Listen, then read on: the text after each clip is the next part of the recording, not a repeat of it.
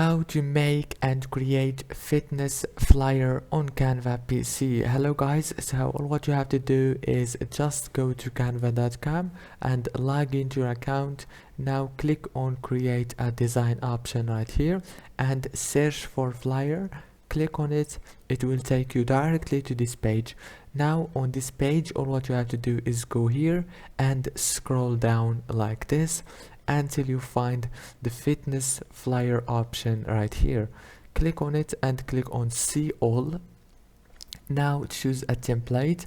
You have many templates, for example this one, this one, this one, and choose any of these and you can edit it easily. After you finish editing, go here and click download. It's very easy and I hope this video was helpful. Please don't forget to like and subscribe, and thank you for watching.